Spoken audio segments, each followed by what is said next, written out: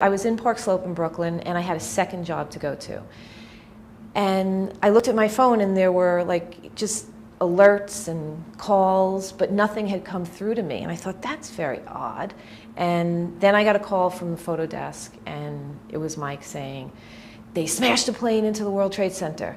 Get down to the hospital on Atlantic Avenue. And the phone went dead on the slope in Park Slope. I got up to a rooftop and I took the picture where you just see the black smoke coming over towards Brooklyn. And then I went down to the hospital. We expected tens of thousands of people to be injured. And the ambulances started to arrive. It was just very chaotic. But what was the eeriest part was it all went silent. And the ambulances stopped, and the medical personnel were coming out saying, you know, they thought they'd be helping 30,000 people, and there were 20 people, 30 people maybe. So that was pretty devastating. All of a sudden, people just started gathering, and I heard just lots of screaming and crying, and I saw the smoke from the building. The building was collapsing. I didn't know what I was seeing. And there was just, you know, again, the level of intensity of people just screaming and crying went way up. Then the second building collapsed, and from the Brooklyn perspective, I was on the promenade in downtown Brooklyn. The sky just went completely black, and the wind was carrying it towards us. So we were being rained upon, and you know, it was just, everyone was covered, even in Brooklyn. I ended up having to walk across the Brooklyn Bridge to get into the city because the subways weren't running. Again, everything was just roadblocks and stops. Just walking around at the base of the Brooklyn Bridge in Manhattan, cars, street, everything was covered in the white dust. Resumes, there were people's resumes like floating down on our heads. It was so surreal, and someone had scrawled into a car windshield, "War."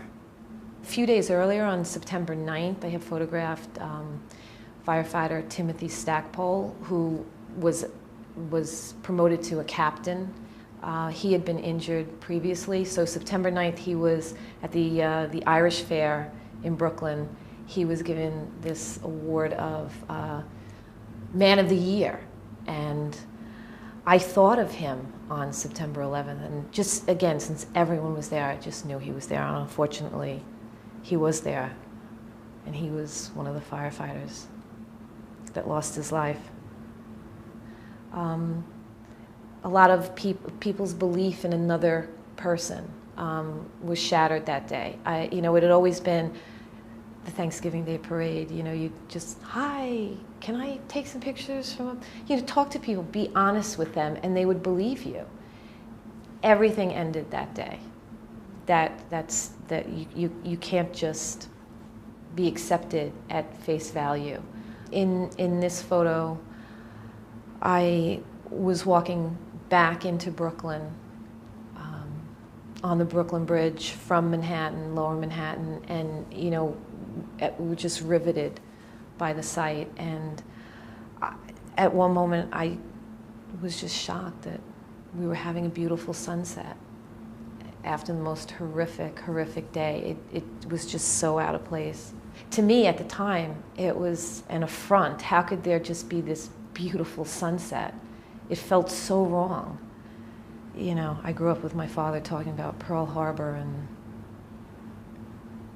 this was it for us. And you know, I called my parents when I was on my way.